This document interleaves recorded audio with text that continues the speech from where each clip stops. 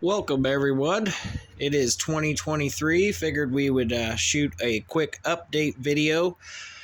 Of course, everyone who's watched previous videos, and for those of you that haven't, this is Pop's 56 burn pile convertible. My dad actually got this car from a buddy who owned it with another guy who saved it off of a burn pile.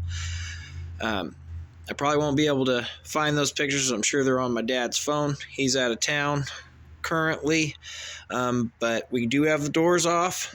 They have their first coat of paint. The bodywork's pretty much finished on them. They got the first coat of paint, and that's what's going on with this bad boy. I'll throw a picture of the doors in here. But yeah, those are...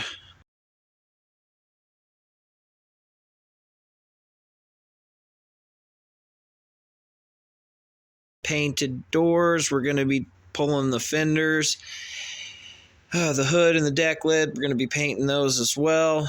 Then do the rear quarters. We're going to go from there, but we decided to do it panel by panel. Make sure we get the whole panel and then reassembly. But yeah, this bad boy made it all the way to Bowling Green, Kentucky from Wichita, Kansas and back. It actually didn't have any paint on the rear quarters. It was still bare metal, but they drove it all the way there. It was a frame and the body 8 months previous. We got them together, got an engine and transmission in it, got it running and driving, put a brand new windshield in it, and then they pretty much untested. I think we had less than 20 miles on it before they loaded up the trailer, put a golf cart in the back of the trailer, and drove it. They made it there and back with very slight issues. Would have made a hell of a video, but of course, yeah, you know how the boomer generation is when it comes to technology at times. It's like, yep, cool if you got somebody to help you. If not, he's not going to mess with it. He's going to enjoy himself. You know, some of us millennials need to take note, just enjoy life a little bit. You don't have to record everything. I know we don't, which is kind of sad because it does make good content. But yeah, we're going to be definitely popping out a few more videos in 2023. These are just updates. We've got some will it runs on some 67 through 72 pickups.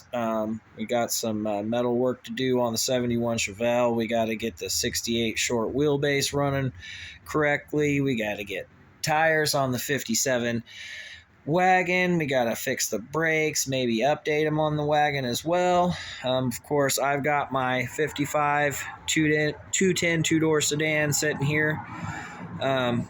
Got the deck lid off of it. I've got a rust-free, straight as an arrow deck lid coming when Pops gets back in town. He's also bringing me a rust-free, straight passenger door. Those will go on there in the next week. We'll shoot a little video of probably throwing those on. I did get the puncture holes in the hood are all welded up like a crazed kid with a 2x4. Must have gave it quite a few whacks. We hit it with a hammer and dolly and grinded her down and got her welded. Otherwise, a fairly straight hood. It did have that typical, oh yeah, I'm sure you fellows loved that. But yeah, it had the typical, I want to call them speed nuts, but that's probably not correct, but the little threaded nut that's welded in there on the passenger side of this bad boy was they were stripped out, and someone had put like a carriage bolt and a screwdriver and somehow got it to attach to the hood hinge, but got that fixed. It's all welded up. The hood just needs a little bit of body work and paint, and she'll be good to go. The 6-cylinder that we're putting in there temporarily, buddy Nate was helping my dad one weekend, and that Friday he was like, hey man, let's throw a battery on her and see if we can't get her to fire. We did throw a battery on it. She didn't fire. We messed with the firing order. hopefully got it correct. But she was sounding just a little dry, so I told him to hold off. We're going to end up putting some stuff down in the cylinders just to kind of lube it up a little bit, hopefully let those rings do ring things a little bit better, maybe hopefully build a little bit better compression, and see if she'll pop off then. But that's what's going on with that. We do have the gas tank that I pulled out of the attic. She's kind of you'll be able to see in there. She's a little crusty on the inside. But we'll clean her up. She should work fine for now while I'm running the 6-cylinder.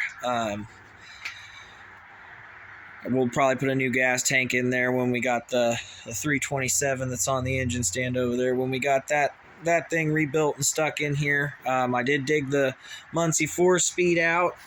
That's going in here. It's going to go behind the 6-cylinder, and it'll most likely go behind the 327. The 6-cylinder, of course, is just to get this thing moving under its own power. I'm going to get it starting and stopping, of course.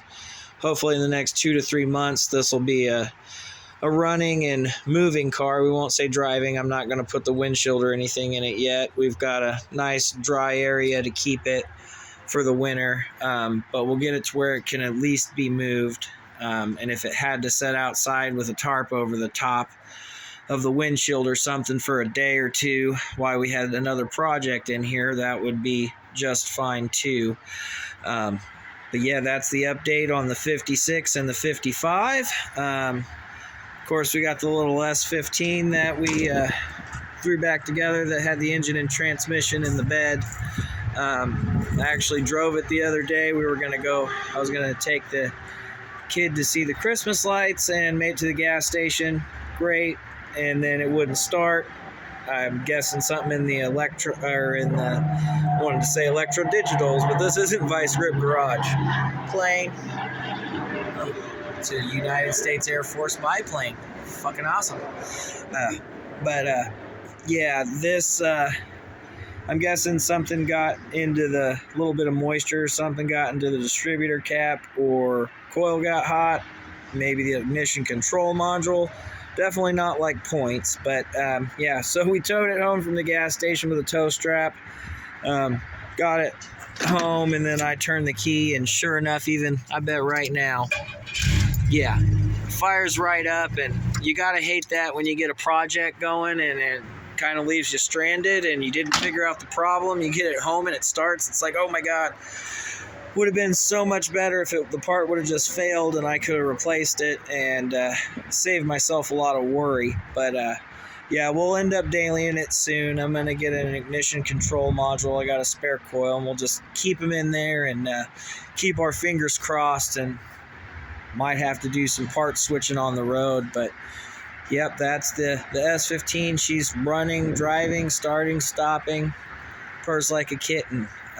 Yep, those are the update videos on the little projects that I had kind of shown you recently. We got the 68 short wheelbase. It's still running like dog poop. The 57 wagon still needs tires and brake work, but we'll get to all that. We'll see you again in 2023. Thanks for watching, everyone.